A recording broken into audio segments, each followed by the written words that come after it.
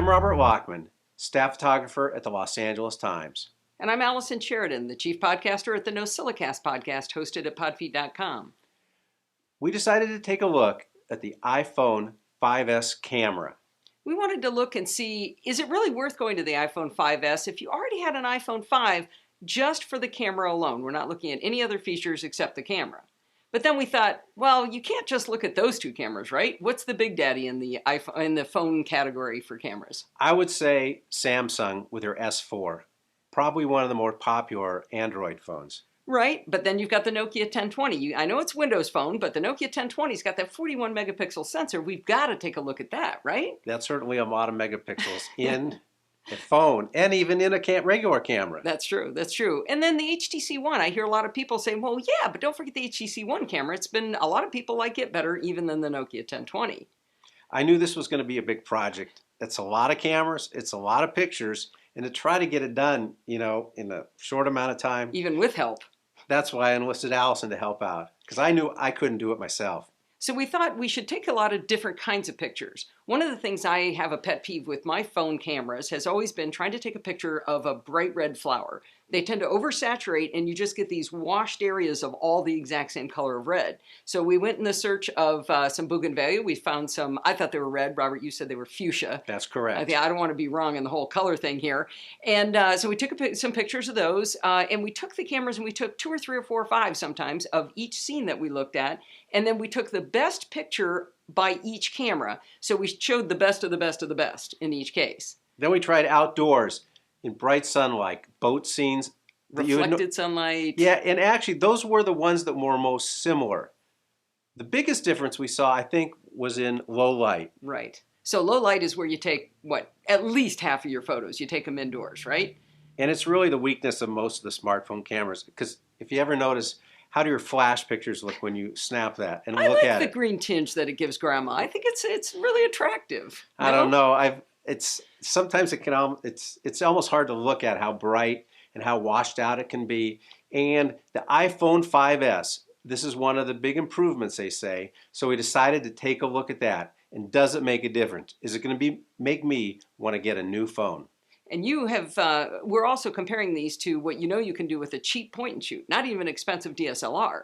So you were kind of looking at it in that light too. Would you ever keep any of those photos that you got from one of the low light photos, right? Well, the problem is you're always carrying your phone with you. So usually that picture's good enough with a flash. We decided we would rank them and see which did the best and which was our favorite camera. Exactly. So let's head into that section next. It was time to head out and look for some flowers. Yeah, I really wanted to take a picture of some red flowers because red is a really hard color, I should say, for cell phone cameras to take pictures of. Actually, I think it's pretty hard for most cameras to take pictures. It's a difficult color for those sensors to reproduce. Okay, so what I find is that I'll take a picture with my older iPhone and the reds just get oversaturated. It's sort of like the whole area, like a whole leaf will all be the exact same color of red, even though my eyes can see a lot of variation in color there. And it was bright sun, so this was a difficult situation for that camera to capture. It was perfect. Okay. So we're taking pictures of some fuchsia flowers. They were some bougainvillea. And the iPhone 5S was more muted than the others in the way the color was reproduced, but it was actually more accurate to what our eyes saw. I think it was the most natural. The iPhone 5S made it look like you really saw it. Right. Now, the Nokia 1020 was way oversaturated. There were big sections of the flowers that were all the same colors. I didn't think that it did a very good job at all. I mean, they weren't horrible photos, but they weren't nearly as good as the iPhone 5S. I'd have to agree. And then the other 3 cameras were kind of in the middle. They were more vibrant, somewhat saturated, but not too bad.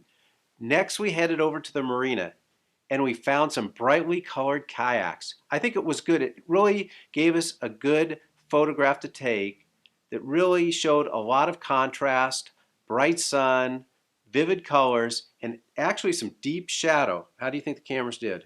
In this case, the iPhone 5S did a really good job of getting the brightness of the colors. They were bright yellow and bright blue, but it also had the dynamic range to pick up the rocks that were under the water in the foreground of the bay there. It definitely did the best. I mean, to see that shadow detail in the water was pretty good.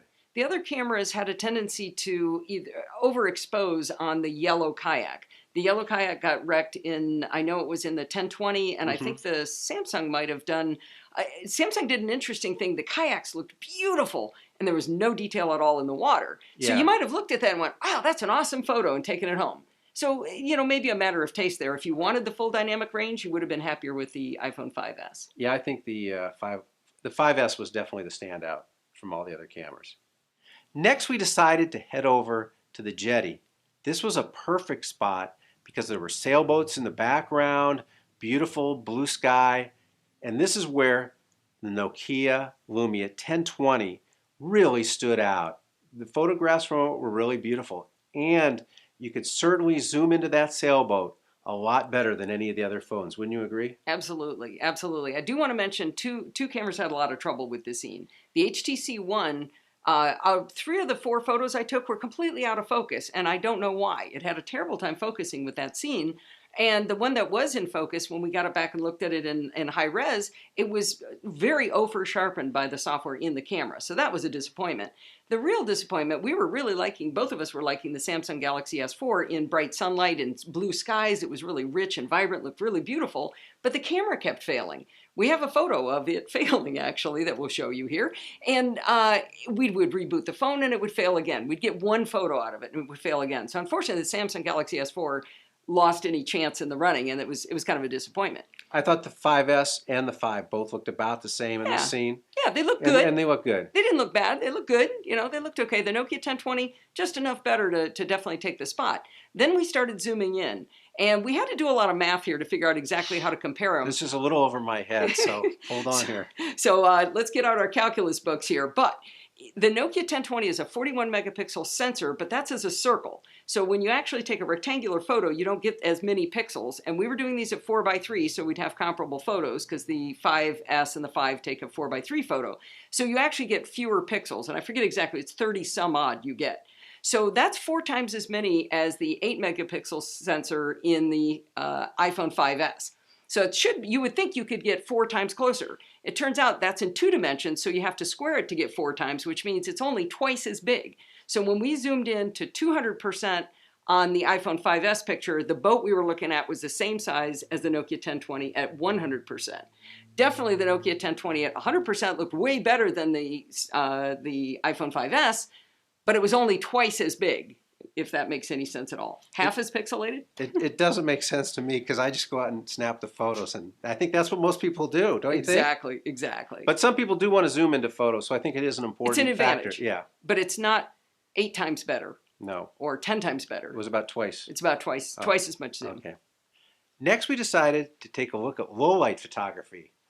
This is probably one of the areas I thought the cell phones did the weakest, wouldn't you say? Absolutely. And it's sad because that's where you probably take more than half of your photos is indoors at parties and things like that. Yeah, it's probably never a great thing. I mean, the camera can only do so much. Now, the iPhone 5S did promise that their low light photography would be a lot better, and it appears it was, wouldn't you say? Yeah, it was definitely better than the 5.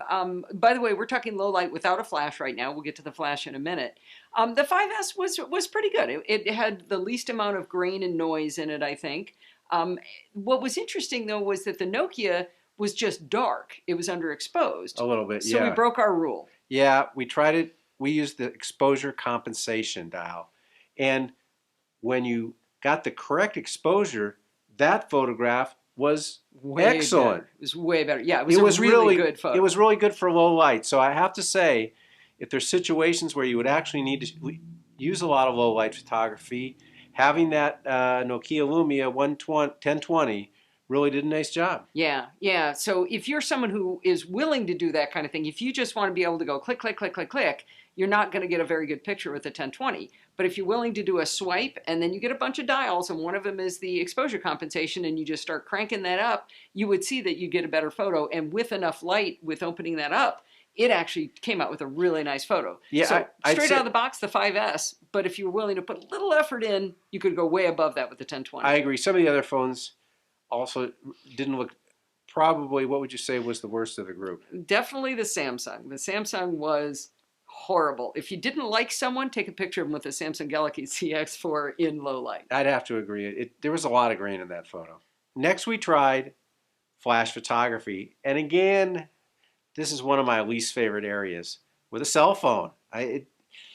It's just not good. No, it's no, not attractive. And again, I'd say in this situation, iPhone's new 2-flash system did the best. I mean, it's better. It's not as nice even as your typical point and shoot, I wouldn't say, or compact camera. I was hoping for more out of the 1020, but we got a really strange color cast. That was a little yellow also. It seemed like we got a color cast off of the others. I think which one was red and which one was green? Yeah, the Samsung I think was pink. One of the HTC One was green. Yeah. The 5 was just a little too bright. Yeah. But again, we didn't think any of these photos were ones you would frame. No, that's for sure. So in this situation, I guess they're improving.